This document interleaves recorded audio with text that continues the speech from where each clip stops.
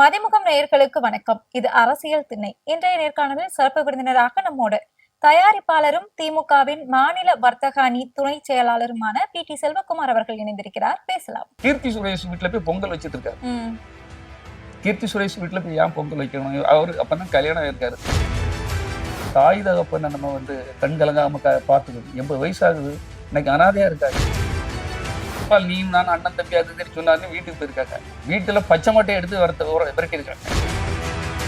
விஜய் பிரச்சாரம் செய்யறதுக்கான வாய்ப்புகள், அறிகுறிகள் ஏதாவது இருக்குதா?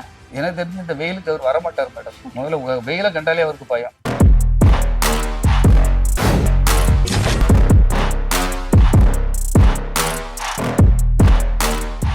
டயா பூஸ்டர் சுகரை கண்ட்ரோல் பண்ணும், உங்க ஆரோக்கியத்தை மீட்டு தரும். சர்க்கரையை கட்டுப்படுத்துறதுக்கான எளிமையான வழிமுறை, இயற்கையான வழிமுறை. அனைத்து மருந்து கடைகளிலும் கிடைக்கும். வணக்கம் சார். வணக்கம் மேடம். அரசியல் திணை நிகழ்ச்சியில சந்தித்ததுல ரொம்ப மகிழ்ச்சி சார். சந்தோஷம். தேர்தல் தேதி அறிவிச்சிட்டாங்க. தேர்தல் ரொம்ப பரபரப்பாவே போயிட்டு இருக்கு. இது வரைக்கும் 4 முனையா 3 முனையா அப்படின்னு ரொம்ப குழப்பத்துல இருந்துட்டு இருந்தோம். இப்போ அது 5 முனை ஆகுமா அப்படிங்கிற கேள்வியுமே இருக்கு. சசிகலா ராமதாஸ் அவர்கள் கூட்டணி இணைஞ்சிருக்காங்க. சோ தேர்தல் களம் எப்படி போயிட்டு இருக்கு, எப்படி பாக்குறீங்க?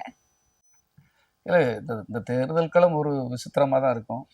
ஒரு பெரிய போட்டிகள், நிறைய சுவாரஸ்யங்கள், நிறைய இந்த படங்கள் வர கிளைமேக்ஸ் இருக்கு இல்லையா, அந்த கிளைமேக்ஸுமே நிறைய நடந்துகிட்டே இருக்கும். ஆனா ஒரு ஜனநாயக ரீதியான ஒரு தேர்தலா இருக்கும் பட்சத்தில் திராவிட முன்னேற்ற கழகத்தின் அந்த கூட்டணி இருக்கு இல்லையா, அதனுடைய தலைவர் மிக சிறப்பாக, ஒரு கேப்டன் சிறப்பாக இருந்தால் அந்த அணி வெற்றி பெறும் என்பார்கள். என்னை பொறுத்த மட்டும் அவர் எம்ஜிஆர் ஒரு காலத்துல பெண்கள் மத்தியில பெரிய பேர் வாங்கியிருந்தார். ஏன்னா அவங்க விவசாயிகள் பெண்ற பெண்கள், மீனவ பெண்கள் எல்லாம், அந்த வயசானவங்க எல்லாம் அவர் கட்டி பிடிக்கிறது, அவங்களுக்கு எல்லாம் பணம், ஒரு பெரிய பேரை உருவாக்கியிருக்கார் சினிமா மூலமா, பாடல்கள் மூலமா. அந்த பேரை இப்போ நான் ஒரு பெரிய சுற்றுப்பயணம் போயிட்டு வரும்போது முதல்வர் MK ஸ்டாலின் மேல அந்த பேரு அவ்வளவு பெரிய ரீச் ஆயிருக்கு. ஏன்னா உங்களுக்கு உதாரணத்துக்கு சொல்ல போனா நடமாடும் அந்த மருத்துவ வசதி, வீடு தேடி மருத்துவம், அப்புறம் பாத்தீங்களா அந்த விடியல் பயணம், அப்புறம் பாத்தீங்கன்னா அந்த அவங்க பெண்களுக்கு அந்த உரிமை தொகை, அதுவும் இப்ப திடீர்னு ஒரு 5000 ரூபாய் போட்டாங்களே, அது மற்றவங்களுக்கு வேணா, பணம் இருக்கவங்களுக்கு கேலி கிண்டல் பண்ணலாம். பணம் இருக்கவங்களுக்கு இது ஒரு மேட்டர் கிடையாது. ஆனா பணம் இருக்கவங்க பெர்சன்டேஜ் கம்மி தான். பணம் கம்மியா இருக்கவங்க பெர்சன்டேஜ் ரொம்ப அதிகம். அது ஒரு 70% இருப்பாங்க.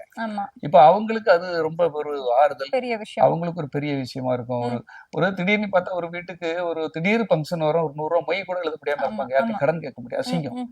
அப்போ அவங்களுக்கு அது ஒரு பெரிய ஆறுதலா இருக்கும். ஆமா, ஒரு பிள்ளைகளுக்கு, ஒரு பேர பிள்ளைகளுக்கு ஒரு மருந்து வாங்கி கொடுக்கணும், இல்ல ஒரு பர்த்டேக்கு ஒரு பொருள் வாங்கி கொடுக்கணும், ஏதோ அவசர தேவைகளுக்கு அவங்க கையில, அந்த பெண்கள் கையில அந்த பணம் கிடைக்குது பாத்தீங்களா, அவ்வளவு ஆனந்தத்தை அவங்க அனுபவிக்கிறாங்க. இது தெரியாதவங்க பாருங்க, ஒரு நம்ம பெரிய தலைவரா ஏதோ மாற்றத்தை உருவாக்கணும்னு சொல்லி இலவசம் எல்லாம் இருக்கக்கூடாதுன்னு சொல்லி ரொம்ப பேசினாங்க, ஓவரா பேசினார் நம்ம விஜய் அவர்கள். ஆனா திரும்ப அவரும் அந்த இடத்துக்கு தான் வராரு. ஆனா அவரால இந்த நிர்வாகம் பண்ணி கொடுக்க முடியாது. ஏன்னா அவருக்கு அந்த எதுவுமே ஒரு தெளிவு இல்லாம, ஒரு பாதை சரியில்லாம சொல்லிட்டு இருக்காரு. இப்ப மாண்புமிகு முதல்வர் அவர்கள் அந்த திட்டம் ஏழைகளுக்கு சரியா போய் சேரங்கிறதுல கண்ணும் கருத்துமா ரொம்ப ஸ்ட்ரிக்டா, அந்த சிஸ்டத்தை, அதாவது மேல தலைவர் கரெக்டா இருந்து, அது அமைச்சர்கள் மூலமா, அதிகாரிகள் மூலமா எல்லாமே தனியா பேசுறாரு அவரு. அதனால இந்த திட்டம் கிராமப்புறங்கள்ல ரொம்ப ரீச் ஆயிடுச்சு. அப்ப பெண்கள் ஒரு அந்த காலத்துல எம்ஜிஆர் எப்படி கொண்டாடினாங்களோ, இன்றைய காலகட்டத்துல கிட்டத்தட்ட ஒரு 40-45 ஆண்டுகளுக்கு பிறகு ஒரு எம்ஜிஆர் எப்படி கொண்டாடினாங்களோ அப்படி கிராமங்கள்ல MK ஸ்டாலின் அவர்களை கொண்டாடுறத நான் பார்த்தேன். அதனால இந்த தேர்தல் எல்லாரும் சும்மா சொல்லுவாங்க, அங்க அப்படி இப்படி இப்படிப்பாங்க, கருத்து கணிப்புகள் எல்லாமே பொய்யாக இருக்கும். அவங்க எல்லாரும் சொல்றாங்க, அவங்களே சொல்றாங்க 170 அப்படி எல்லாம் இல்ல, 220 தொகுதிகள் கண்டிப்பாக வெற்றி பெறுவார்கள். இது நான் கண்டிப்பா, நீங்க அடுத்த நான் டிபேட் வரும்போது கூட நீங்க சொன்னது, ஸ்டாலின் அவர்கள் கூட 200 தொகுதிகள் தான் சொன்னாங்க, நீங்க 220. நான் சொல்றது நீங்க கண்டிப்பா பாருங்க. ஏன்னா அவ்வளவு நல்ல விஷயம் இருக்காங்க நிறைய. இப்ப இந்தியாவிலேயே பொருளாதாரத்தில் முதன்மை மாநிலமாக தமிழ்நாடு சொல்ற அளவுக்கு தான் கொண்டு வந்திருக்காரு. எல்லாமே நான் முதல்வன் திட்டம் மூலமா மாணவர்களுக்கு, மாணவிகளுக்கு இந்த மடிக்கணினி, அந்த பெண்கள் மத்தியில, அந்த பெண்கள் இளைஞர்கள் மத்தியில நல்ல அந்த திட்டங்களை கொண்டு சேர்த்திருக்கிறார். அப்ப நேரடியா கிடைச்சிருக்கு. நாங்க அனுபவிச்சுட்டு இருக்கோம் சார், நான் இவ்வளவு கிடைச்சிருக்கு சார், இந்த மாசம் எனக்கு சந்தோஷமா இருக்கு. அவங்களுக்கு ஆதரவே இல்லை. அந்த பையங்க நிறைய இடங்கள்ல பையங்க விட்டுட்டு போயிடுவாங்க, பையங்க வெளிநாட்டுக்கு போயிடுவாங்க, மனைவி கூட பிரிஞ்சு போயிடுவாங்க. அப்போ அந்த வீட்டுல இருக்க தாய்மார்களுக்கு எது பாதுகாப்பு? முதியோர் உதவி திட்டம் இருக்கு, பெண்களுக்கு அந்த உரிமை தொகை இருக்கு, அவங்களுக்கு ஒரு சந்தோஷப்படுற மாதிரி பல விஷயங்கள்.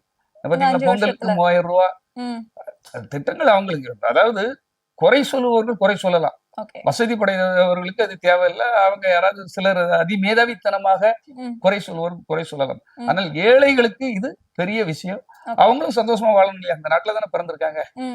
அதை கரெக்டாக நெத்தி அடி மாதிரி சிக்ஸரை கரெக்டா அடிச்சிருக்காரு நம்ம முதலமைச்சர். அதனால அவருக்கு பெரிய ஒரு வரவேற்பு. நீங்க சொல்ற மாதிரி அப்போ அந்த ஏழைகளோட வாக்குகள் வந்து மத்த கட்சிக்கு இல்லையா? ஏன்னா இப்போ தாவேக்கால இருக்கிற விஜய்க்குமே வந்துட்டு பெண்கள் வாக்கு அதிகமா இருக்கு, ஏழை மக்களோட வாக்கு வந்து அங்க அதிகமா இருக்கு அப்படின்னு சொல்றாங்க. இல்ல, விஜயை பொறுத்த மட்டும் நான் ஒரு கூட இருந்தவங்க தான் மேடம். நானே ஒரு பிம்பத்தை தான் உருவாக்குறேன். அந்த பிம்பம் ஒரு போலியான பிம்பம். நீங்க அவருக்காக போலி பிம்பத்தை தான் உருவாக்குறேன். நான் தான் உண்மையை சொல்றேன் இல்லையா? ஒரு நடிகருக்கு இருக்கும்போது நான் அவருடைய வேலைக்காரன், நான் அவருக்கு விசுவாசமா தான் இருந்து வேலை பார்த்தேன். ஆனால் அது தவறு. இந்த ஏழை இளைஞர்களை தவறாக திசை திருப்பி இருக்கோம். இந்த ஏழை பெண்களுக்கு வாக்குறுதிகளை கொடுத்து எதுவுமே செய்ய மாட்டோம். இந்த கரூர் சம்பவத்துக்கு பிறகு அவர் ஒரு பிரச்சனைனா ஓடிடுவாரு, நிக்க மாட்டாரு. ஏன்னா என்னுடைய கல்யாணத்துக்கு அந்த விழாவுக்கு நான் அழைச்சிட்டு அங்க ஒரு விபத்து நடந்தால் அந்த விபத்து வந்தவங்களுக்கு யாரு நின்று பார்க்கணும்? கல்யாணம் நடத்துற தலைவன் நான் தான் நின்று பார்க்கணும். அந்த தலைவன் யாரு? விஜய் தானே கரூர் சம்பவத்துக்கு. அப்போ உன்னை தேடி வந்தவங்க உங்க குழந்தைகள், என் தொண்டன்கள், என் தமிழ் ரத்தம், என் மாமா, என்ன சொல்ற தாய் மாமன், அது எதுக்கு சொல்றீங்க? ஆனா ஏதாவது அங்க நின்னாரா? பறந்து அடிச்சு ஓடனார் பாத்தீங்களா? ஆனால் அவர் சரி போட்டோம், நானா இருந்தப்போம்னா என்ன அறிவுரை சொல்லி போனோம், சார் என்ன நடந்தாலும் சரி இங்க நிற்கணும். உசுறு எனக்கு இதுக்கு சமம், உயிருக்கு சமம்டா. எனக்கு நான் என் உயிர் என் தமிழர்கள் தான் முக்கியம், என்னை தேடி வந்த என் தொண்டர்கள் முக்கியம்னு சொல்லி அங்க இருந்திருக்கணும்.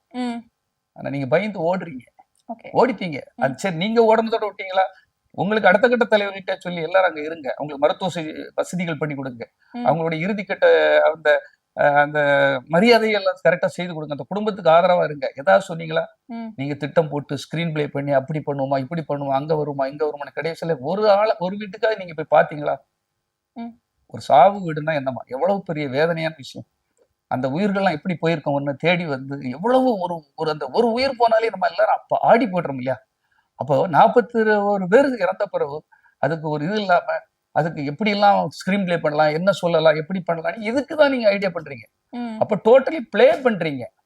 ஸ்கிரீன் பிளே பண்றதுக்கு பெரிய கூட்டத்தை வச்சிருக்கீங்க. எப்படி சொன்னா மக்கள்கிட்ட போய் ஈடுபடும், எப்படி சொன்னா தப்பிச்சுக்கிடலாம், யார் மேல பழிய போட்டா நம்ம அது கரெக்டா இருக்கும், இதுக்கு நீங்க நிறைய ஒர்க் பண்றீங்க. கிட்டத்தட்ட ஒரு பெரிய எனக்கு தெரிஞ்சு ஃபேக் ஐடிகள்லாம் வச்சு ஒரு டீம் வச்சிருக்காங்க அவங்க. எனக்கு தெரிஞ்சு ஒரு 175 பேர் இதுக்கு நீ வேலை பாக்குறாங்களா?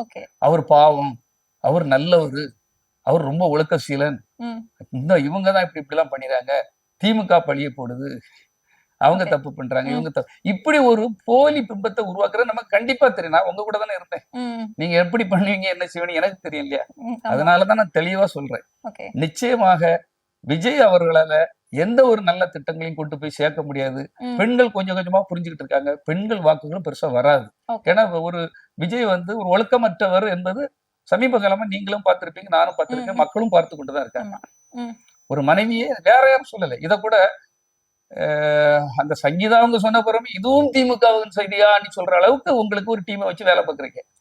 முதல்ல சார் ஒழுக்கமா இருங்க, நேர்மையா இருங்க, சுத்தமா இருங்க, வாக்கு சொன்னதை செய்யுங்க. அப்ப ஒண்ணு இப்ப ஒண்ணு அதுக்கு ஒண்ணு இதுக்கு ஒண்ணு ஆட்களை வச்சு அவங்கவுங்க ஆளாளுக்கு ஒண்ணு போடுறது, இதுல ஒரு தெளிவற்ற நிலைமை இருக்கு. அதே இது ஒரு கட்சி திமுக இருக்கட்டும், ஒரு அதிமுக இருக்கட்டும், அப்படி ஏதாவது நடக்குதா? சரி, திமுக மாநாடு நடக்குது, எல்லா இதுதான் பண்றாங்க, பரப்புரை செய்யறாங்க, அதிமுக பண்றாங்க, பாஜக பண்றாங்க, காங்கிரஸ் பண்ணுது. எங்கேயாவது இப்படி அளவு விடுறத பாத்திருக்கீங்களா? ஒரு மாநாடு நடந்தா எல்லாமே அங்க உற்சாகமா இருக்கணும், சந்தோஷமா இருக்கணும். ஒரு தலைவனை பார்த்தேன்னு ஒரு விழா மாதிரி சந்தோஷப்படணும், இந்த மக்களுக்கு ஒரு உற்சாகத்தை ஏற்படுத்தணும். எம்ஜிஆர் நடத்தும் போது அப்படி உற்சாக திருவிழான்னு சொல்லுவாங்க. ஆனா அப்படி நடக்கிற ஏதாவது ஒன்னிலேயே 4 பேர் செத்துட்டான், இல்ல 21 பேர் செத்துட்டான், இல்ல தண்ணி கிடைக்கல, சாப்பாடு கிடைக்கல, மயங்கி விழுந்துட்டான், பைக்கு ரேஸ்ல போற மாதிரி போயிட்டு வருதேன், அங்க கொடுத்து ஐசியூல இருக்கான். இதுக்கு பேர் என்னன்னு கேக்குறேன். நீங்க இதுக்கெல்லாம் மாநாடு நடத்துறதுக்கு அவருக்கெல்லாம் அனுமதியே கொடுக்க கூடாது. ஏன்னா இப்படி உயிர் போறதுக்கு அவருக்கு எதுக்கு கொடுக்கணும்னு கேக்குறேன். நம்மளுடைய தமிழ் ரத்தங்கள், தமிழ் உறவுகள், நம்ம நாட்டில் உள்ள மக்கள் இறப்பு நடக்குன்னு தெரிஞ்ச பிறகும் இவருக்கு தடை விதிக்க வேண்டும். ஓகே. இவருக்கு மட்டும் விதிக்கணும். இவருக்கு மட்டும் தான் விதிக்கணும். ஓகே. மற்றவங்க இதெல்லாம் சாவு வரல இல்லையா? நீ உனக்கு ஒழுக்கமா நடத்த தெரியல இல்லையா? ஒத்துக்க. என்னால ஒழுக்கமா நடத்த தெரியல, நீ ஒத்துக்கணும் மேடம். உண்மையே ஏன் பேச மாட்டேங்கிறீங்க? சாவுங்கிறது அவ்வளவு ஈஸியா? ஒரு உயிர் போறது அவ்வளவு ஈஸியா? ஒரு உயிர் போனதுக்காக ஒரு அனிதா ஒரே ஒரு உயிர் தான் போச்சு, அத்தனை ஒரு அங்க போய் நின்னீங்களே, யார் நின்னீங்க? அப்ப அத்தனையும் நடிப்பா? இதே விஜய் அங்க போய் நின்னார்ல.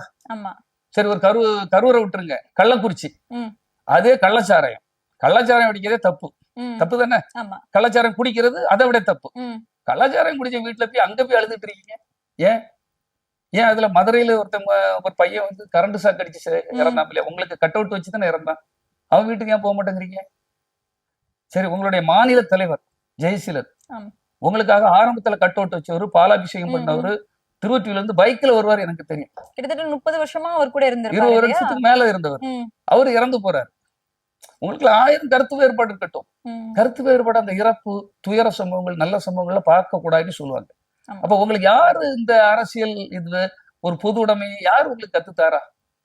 எப்ப பார்த்தாலும் ஒரு சைக்கோத்தனமா, பழி வாங்குதல், அப்படி இருக்கக்கூடாதுல்ல மேடம். நீங்க பாருங்க, நீங்க ஏதோ சொல்றாங்க, அட்லிக்கு வீட்டுல வளைகாப்புக்கு அங்க போறீங்க, ஜெகன்மோகன் ரெட்டிக்கு வீட்டு கல்யாணம்னா பணக்காரன் வீடு அங்க போறீங்க, ஏஜிஸ் அவங்க ஒரு பணக்கார குடும்பம் அங்க போய் கல்யாணத்தை போய் நிற்கிறீங்க. இதெல்லாம் பாருங்க எப்படின்ட்டு அவருடைய நடவடிக்கைகள் பாருங்க. நான் சொன்னதெல்லாம் கரெக்டா இருக்கும், இல்லைன்னா இல்லைன்னு சொல்லுங்க. அதே இடத்துல பாத்தீங்கன்னா கீர்த்தி சுரேஷ் வீட்டுல போய் பொங்கல் வச்சிட்டு இருக்காரு. கீர்த்தி சுரேஷ் வீட்டுல போய் ஏன் பொங்கல் வைக்கணும்? அவரு அப்பதான் கல்யாணம் ஆயிருக்காரு, கல்யாணம் ஆயிருக்கு, ஒரு புருஷன் இருக்கான், அவங்க குடும்பம் அப்பா அம்மா எல்லாம் இருப்பாங்க இல்லையா? அப்பா அம்மா அண்ணன் தம்பி என்ன நினைப்பாங்க? இவர் அங்க போய் பொங்கல் வச்சாங்க. நீங்க நினைச்சு பாருங்க. சரி, இந்த தமிழ்நாட்டு மக்களுக்கு என்ன கத்து கொடுக்க போறீங்க இது மூலமா? உன் பொண்டாட்டியை விட்டுட்டு, உன் தாய் தகப்பனை விட்டுட்டு, உன் பிள்ளைகளெல்லாம் விட்டுட்டு இன்னொரு வீட்டுல எல்லாம் போய் பொங்கல் வைங்க அப்படிங்கிறத நீங்க இந்த தமிழ்நாட்டு மக்களுக்கு சொல்லி கொடுக்குறீங்களா? தவறான கலாச்சாரத்தை விதைத்து கொண்டிருக்கிறார். ஒரு நல்ல ஒரு ஒழுக்கம், நம்ம கூட இருந்தவங்களை கவனிச்சுக்கிடணும், நம்ம மனைவியை கவனிச்சுக்கிடணும், நம்ம குழந்தைகளை கவனிச்சுக்கிடணும், நம்ம தாய் தகப்பனை நம்ம வந்து கண்கலங்காம பார்த்துக்கணும். 80 வயசு ஆகுது, இன்னைக்கு அனாதையா இருக்காங்க. 80 வயசு தாண்டிடுச்சு. அந்த எஸ்.ஏ. சந்திரசேகர் என்ன உழைப்பாளி அவர், இன்னைக்கு வந்து ஒரு அனாதையா இருக்கிறார் ஒரு இடத்துல. ஆசிரமத்துக்கு கூட போயிருக்காருன்னு சொல்றாங்க. எனக்கு என்னன்னு தெரியல, எனக்கு அவருக்கு அவ்வளவு நட்பு உண்டு.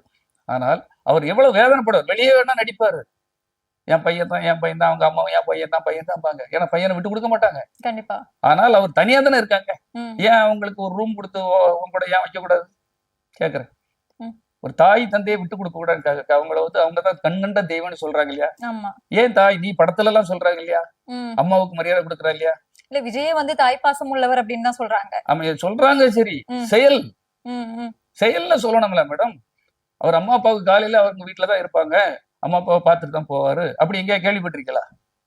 அப்போ இது மூலமா அந்த தமிழ் ரசிகர், அதாவது படத்துல சொல்றது வேற, அத்தனையும் நடிப்பு. கோபால்னு சொல்லுவாங்க, அத்தனையும் நடிப்பு, போலி, ஏமாற்று. எதுலயாவது ஒண்ணுல அவர் இயற்கையா நடந்திருக்காரான்னு பாருங்க. எல்லாமே செயற்கையா ஸ்கிரிப்டடா தான் போயிட்டு இருக்கிறாரு. ஆமா, வாழ்க்கையும் அப்படிதான். அதனாலதானே மர்மம் முடிச்சே இருக்கு. மந்திர வாசல் மர்மம் முடிச்சுலாம் தொடர்கள் வரும். அதெல்லாம் இவருக்கு தான் பொருந்தும். எனக்கு நான் முதல்ல இதெல்லாம் பற்றி விமர்சனம் எனக்குள்ள எல்லாம் வரல. நான் அவர்கிட்ட வேலை பார்க்கும்போது பிளஸ் மட்டும் தான் நம்ம பார்த்துட்டு இருந்தோம். ஆனால் இந்த சம்பவங்களை பார்க்கும்போது, எல்லாரும் கைவிடும் போது, அவர் கூட இருந்த வேலை பார்த்தாங்க 2 பேரும் பாவம். 2 பேர்ல 4-5 பேர் நான் சொல்ல முடியும். ஒரு ரவிராஜா எல்லாம் ரொம்ப கஷ்டப்பட்டு ஒரு ஏழை குடும்பத்துல உள்ளவன், மாநில செயலாளர். அவர் கூடயே இருந்த வாழ்க்கை இதுதான் அப்படின்னு சொல்லி ஸ்டிக்கர் அடிக்கிறது, போஸ்டர் அடிக்கிறது, கொடி கட்டுறது, பேனர் கட்டுறது, இதுதான் வேலை. வாழ்க்கையை உனக்கு கிட்டத்தட்ட 30 ஆண்டுகள் உழைச்சா அதுக்கு பேர் என்ன? இளமை பருவத்தை தொலைச்சாச்சுன்னு அர்த்தம். கரெக்டா? ஒரு 25 வயசுல உன் கூட வந்து 30 ஆண்டுகள் உனக்காக உழைச்சாக்கி கிட்டத்தட்ட 58-60 வயசு ஆகுது அவரு. அப்ப அந்த 60 வயசு ஆகுன பிறகு எங்கேயா போக முடியுமா?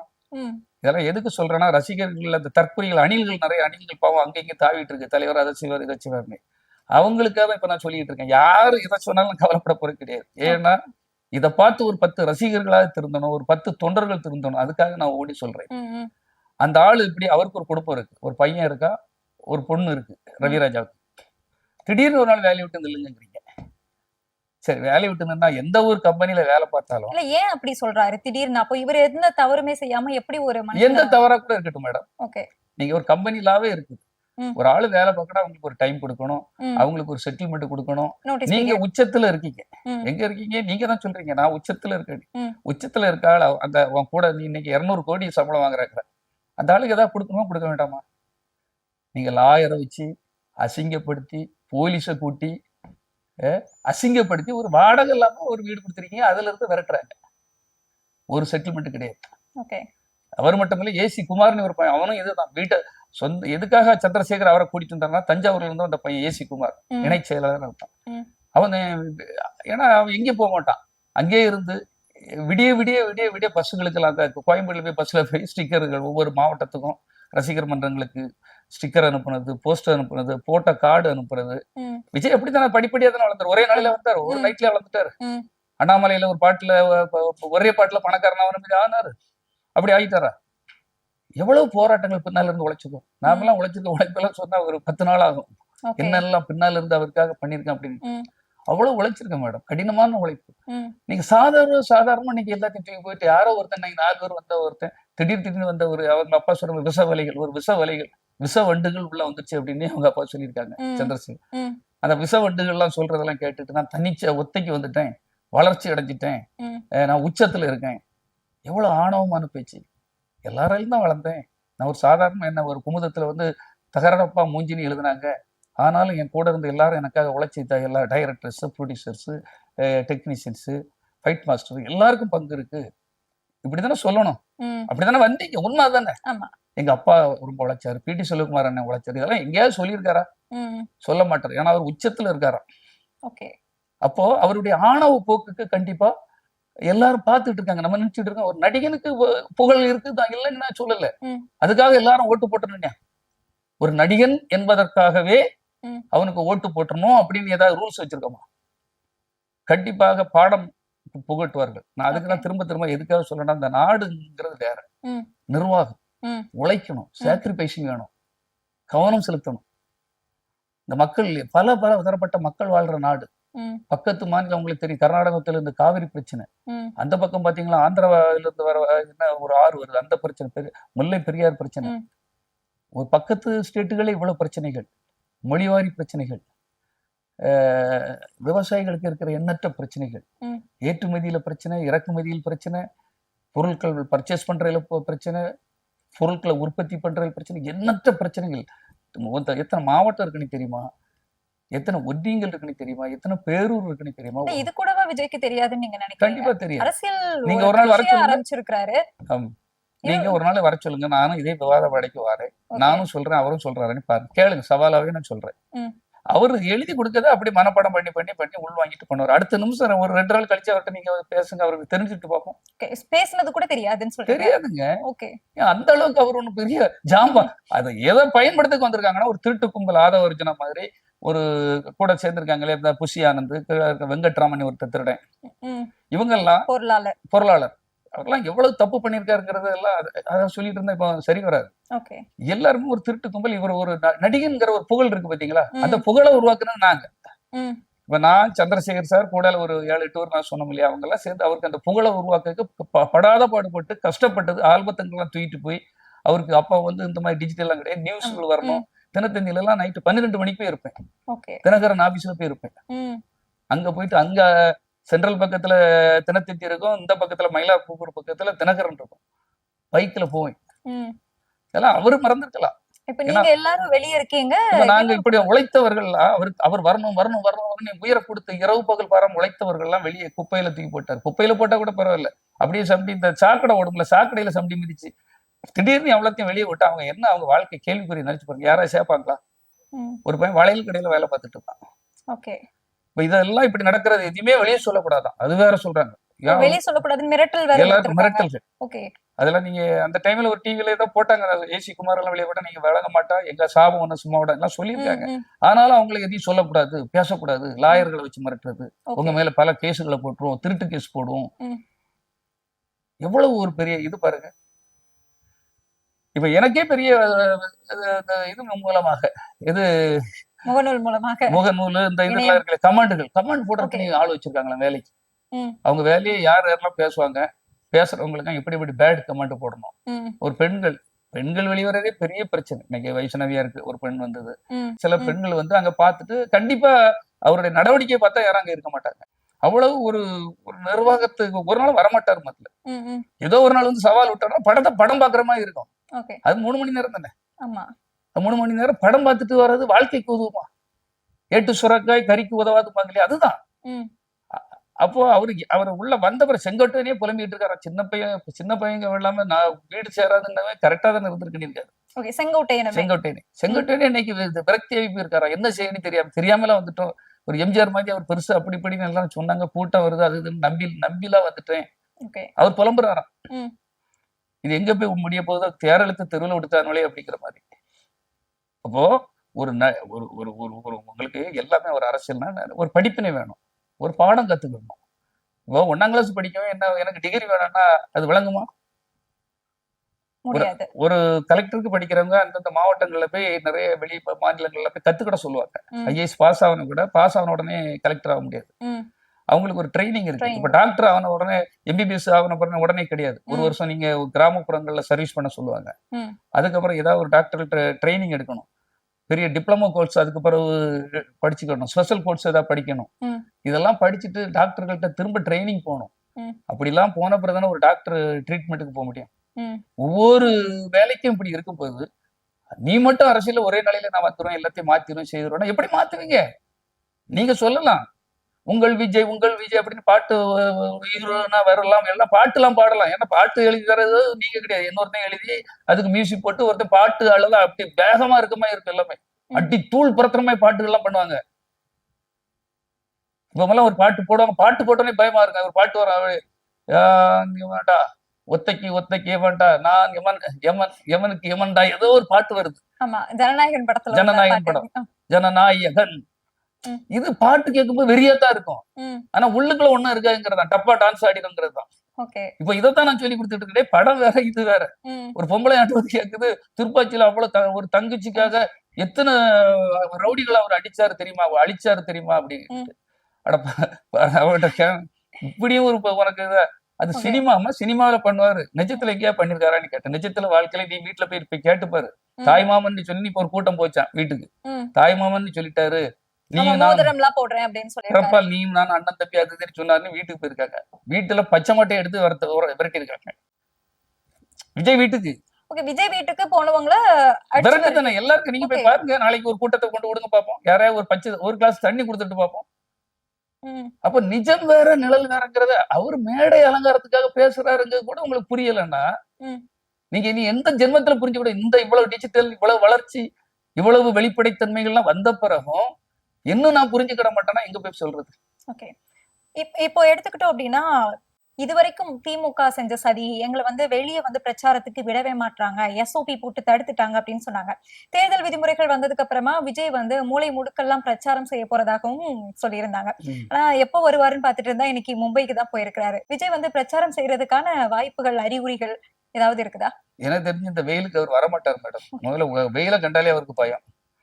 எல்லாம் பயம் பாங்க இல்லையா, வெயிலை கண்டால் பயம், மக்களை பார்த்தால் பயம், யாராவது பத்திரிகையாளர்களை பார்த்தால் பயம், யாராவது நண்பர்களை பார்த்தால் பயம், உறவினர்களை பார்த்தால் பயம், அவருக்காக உழைத்தவர்களை பார்த்தால் பயம், அவரை வைத்து படம் எடுத்த தயாரிப்பாளர்களை பார்த்தால் பயம், அந்த காலத்தில் சிஎம் ஜெயலலிதா அவர்களை பார்த்தால் பயம்.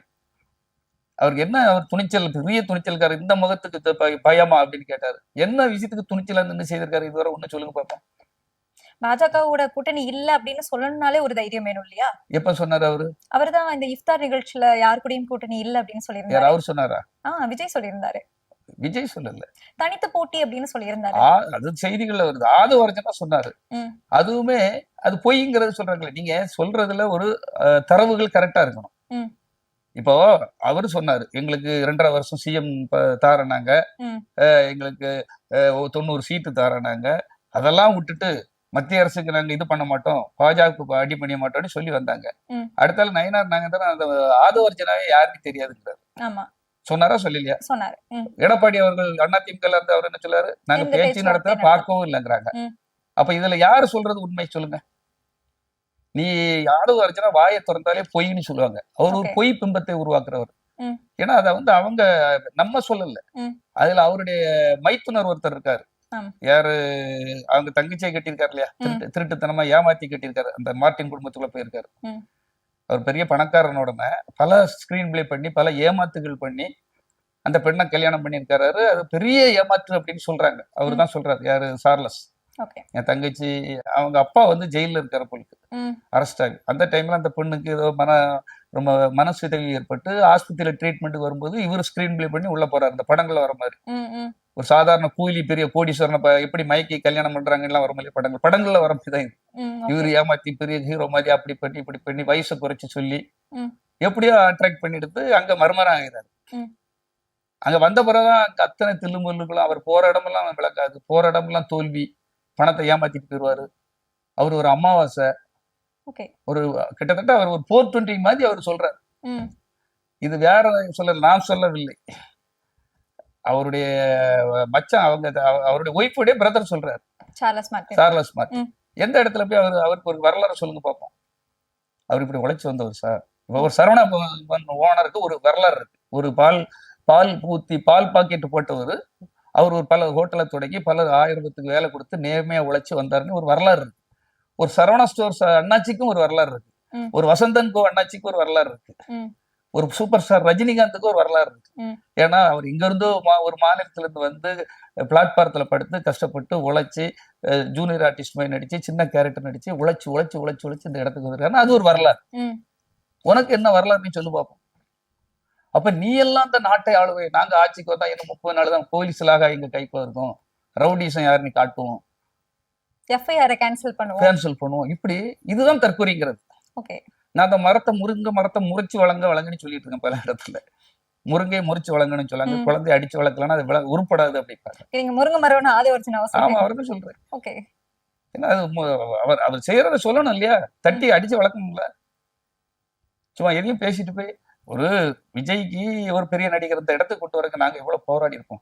நீ ஒரு நிமிஷத்துக்கு நிமிஷம் அவருடைய இமேஜ காலி பண்ணிட்டு இருக்காரு. சமீபத்துல ரஜினி ரசிகர்கள் கூட மாட்டி விட்டு இருந்தாரு. ஆமா, அவரு பாருங்க, ரஜினி வந்து அவரு போக்கல அவரு ஒரு இது பண்ணிட்டு இருக்காரு.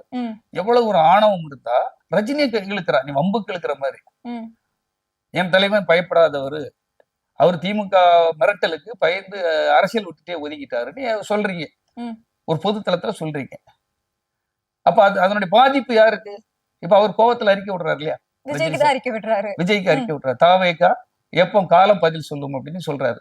காலம் பொறுத்திருந்து பதில் சொல்லும் அப்படின்னு சொல்ல. அப்ப அதுக்கு என்ன அர்த்தம்? ஒன்ன விடமாட்டேங்கிறதுன்னு அர்த்தம்.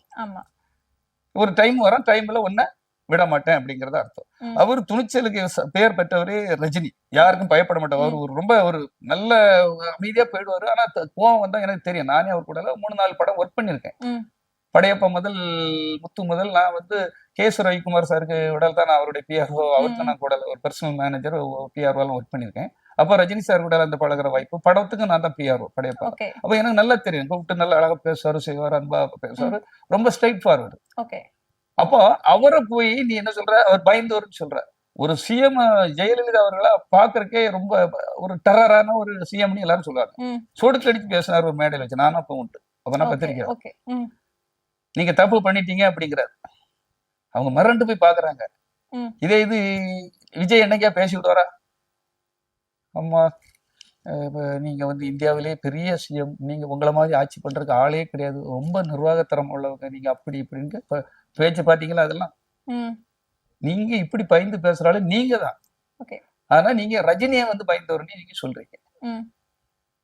அப்போ அந்த முரண்பாடாக பேசுகிற இவர மாதிரி உள்ளவங்க எப்பவுமே ஏமாத்தக்குனே வந்த ஒரு கும்பல் மாதிரியே தெரியுமா, ஒரு திருட்டு கும்பல் மாதிரியே எனக்கு நைட்டு முழிச்சாலே இவனை பார்த்தாலே பயமா இருக்கும் எனக்குலாம். ஏன்னா அவங்க எல்லாம் பார்த்தவும் பாத்தீங்களா, ஒரு விஜய் கூடல இருந்து இவருடைய ஹிஸ்டரி எல்லாம் தெரிஞ்சு. ஏன்னா சார்லஸுக்கு அந்த குடும்பத்துல எனக்கு நிறைய சொந்தக்காரங்க தெரியும் எனக்கு. அப்ப அவங்க சொல்றதெல்லாம் பார்த்தா அவ்வளவு பயமா இருக்குது.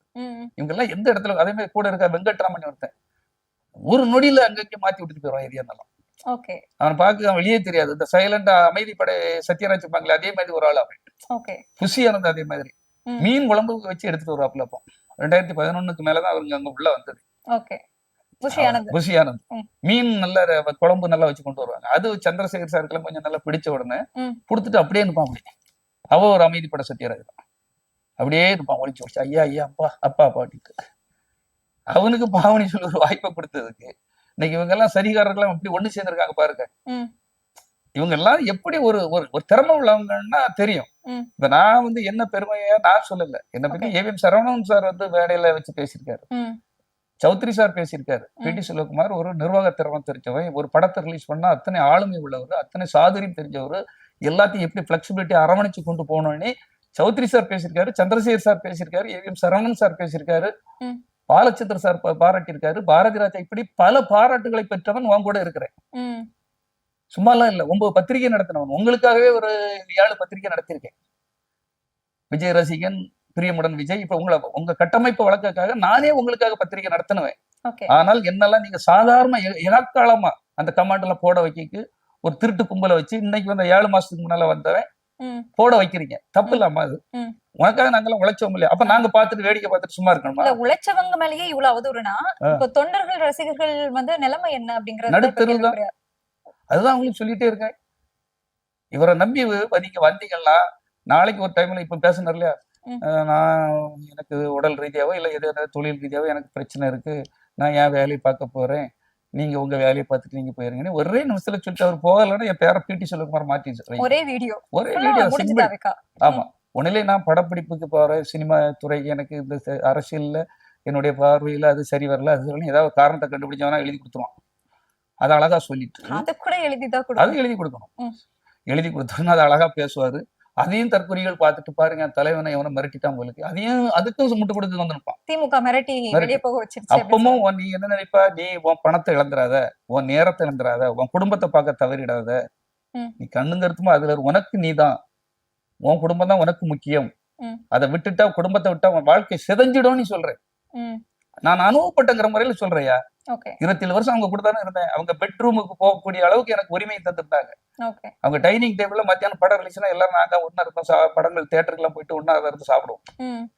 எல்லா விஷயத்துக்கும் நஷ்டத்துக்கும் கஷ்டத்துக்கும் எல்லா பிரச்சனைகளுக்கும் நின்னவன், முதல் ஆளா நின்னவன் நான் தான். இல்லன்னு சொல்லுங்க பாப்போம். அவங்க அப்பாவே யாரு? மக்களுமே தெளிவு பெறுவாங்க சார். நன்றி, வணக்கம்.